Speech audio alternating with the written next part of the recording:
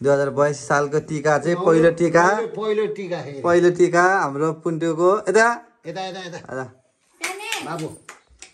यता हेर है बाबु यसको पहिलो टीका हो यो चाहिँ नयाँ वर्ष भने नि जे भने नि यो नयाँ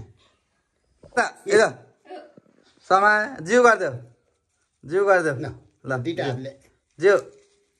ल कस्तो कालो आएको कालो टीका हेरिहाल्नु लाग्दैन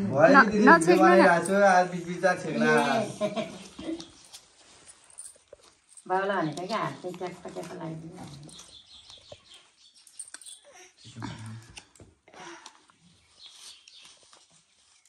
आज त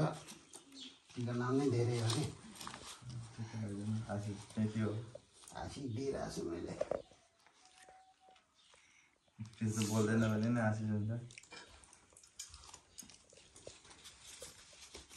छोरालाई अब डलर कमाएर दिइरहेको धेरै पैसा दियो अब मर्दैन अब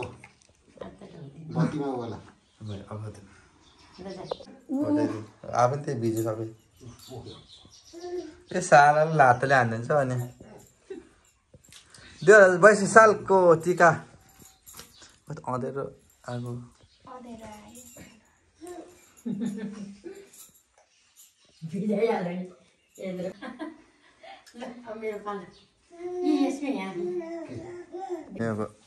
बुढाले बुढीलाई लगाइदिँदैछ धेरै बेला त नलगाउनु भयो यहाँमाथि टुप्पुक्क लगाइदिनु न आम्मा कस्तो धेरै रातो बनाएको छ मलाई चाहिँ टिका लाउनु त्यसो भने दुईटा हातले लगाइदिनु न टिका लाउनलाई सिका मनमा पनि दिइरह नि कम किचकिच गर अन्त दिनु भएको कुरा भन्न पाउँछ कि बाबा यो बेला त किचकिच बढी गर्छ अलिक कम गर भन्ने पैसामा उन लगाउने के रातो ल ढोक्नु बुढोलाई भोराले ढोक्नु पर्छ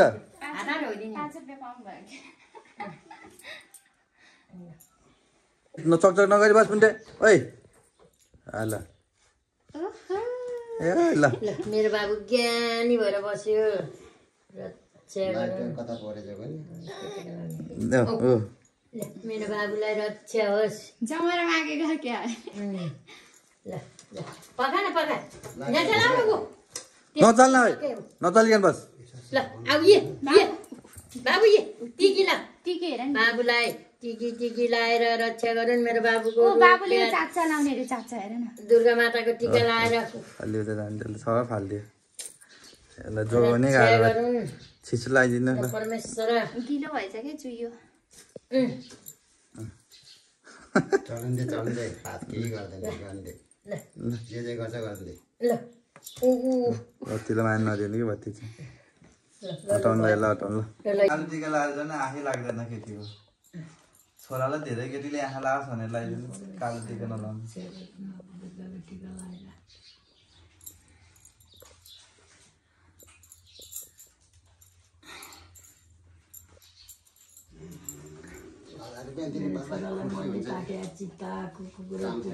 परमेश्वर नव दुर्गा माताको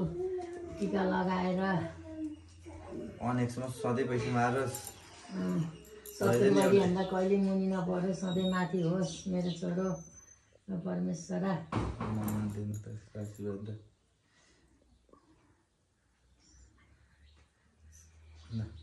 अहिले दुईजना आगुम तीनजना भएर टिका लाउन पाओस्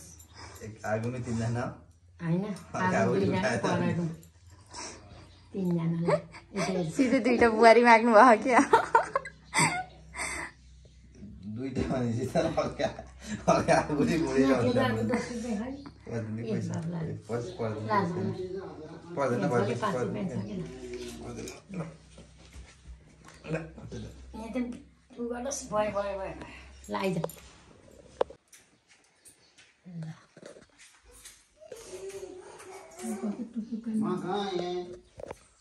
भयो कि फोटोमा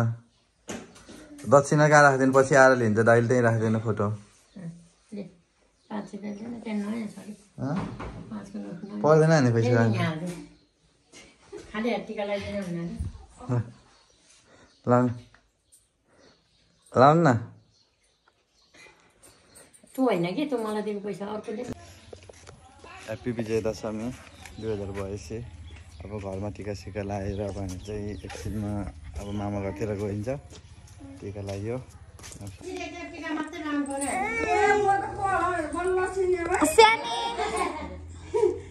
उता हेर न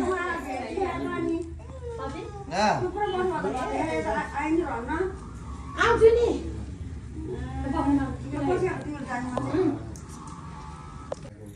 खायौँ छिटो हात धोरायो हजुरबाउ पाए चाहिँ खाउँ खाउँ गरेको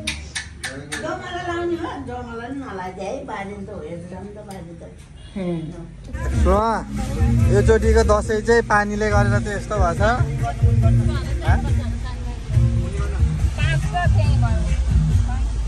पानीले हिजै थिएन नि अस्ति उता जाँदाखेरि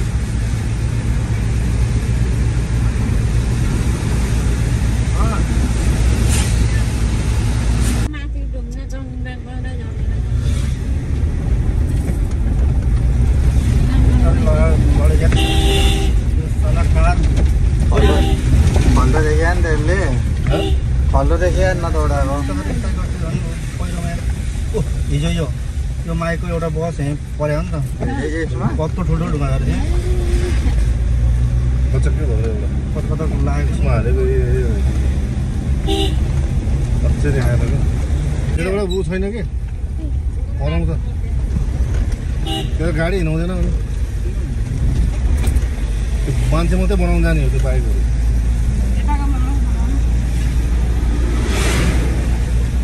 त्योबाट हिँड्दैन हराउँछ र नालाहरू पाएँ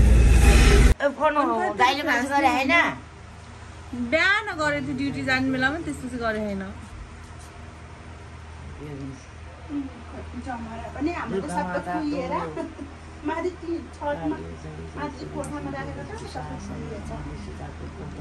फ्ल्यास लाइट नि बोलेन त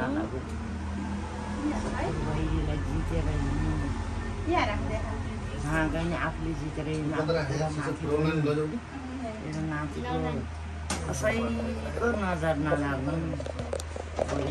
आशीर्वाद लाग्नु नजर नलाएर अहिलेसम्म बिहा नभयो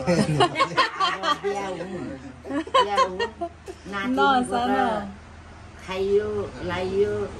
अब नातिको त गर्नै पर्यो होइन त आए नलाएर त बिहा नभयो ऊ यहाँ टिप्पा पारिदियो त्यहाँ भेट्यो सबै हो आफै त्यो के चसाउँछ भुवाले हल्ला गर्छ नि त ल यो चोटिको दसैँ त्यस्तै भयो राति भयो। अब चाहिँ चिताउन फर्किनु लागेको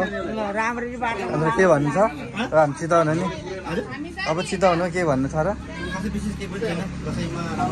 राम्रो भने राति भयो पानी पऱ्यो भिडियोहरू खिच्न पाइएन ल बजे है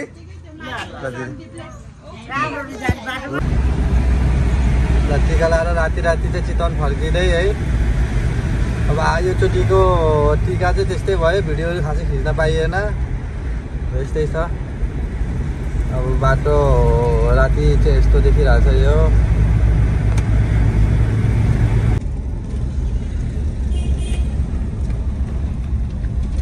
मुगलिन बजार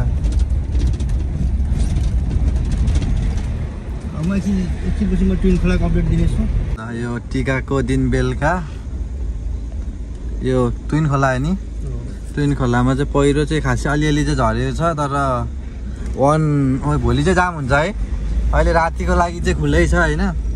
भोलि चाहिँ जाम हुन्छ होला यति पहिरो खसेको छ यति पहिरो खसेको छ वान वे खासै आज चाहिँ भिड नभएको कारणले बाटोहरू चाहिँ के अरे खासै ऊ छैन चलिरहेको छ धेरै गाडी नचलेको भएर भोलि आउँदै हुनुहुन्छ भने चाहिँ टिकाको भोलिपल्ट आउँदै हुनुहुन्छ भने चाहिँ मुगलिनको बाटोहरू हेरेर आनन्दले आउनु होला। अहिले मुगलिनको बाटोमा चाहिँ अलिक केयरफुल भएर हिँड्नु होला माथिबाट ढुङ्गाहरू एकदम झर्ने एकदम सम्भावना छ पानीहरू परिरहेछ। हामी चाहिँ उता गाउँबाट फर्केको आज पानीले गरेर खासै त्यस्तो राम्रो भिडियोहरू चाहिँ बन्न जे होस् यो भिडियो चाहिँ अब अहिले बेलुका पोस्ट हुन्छ युट्युबमा। टिका लाएर चाहिँ आइयो पैसा यति भयो है खासै पैसा चाहिँ छैन चक्लेट अब खासै भिडियोहरू बनाउन चाहिँ पाएन अनि अब 2000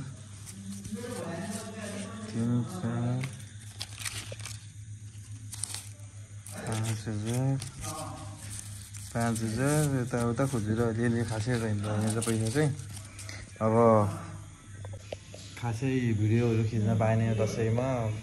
हतार गरेर घरमा टिका लगाएर मामा गराएर टिका लगाएर छिटो गाउँ गएर चाहिँ ब्लगहरू बनाउँछु भनेको। बाटोमा पानी परिदियो, गाउँ पुग्दा बेलुका भयो, फेरि चाहिँ अहिले गाउँ गएर टिका लगाएर फेरि ब्याक टु चितवन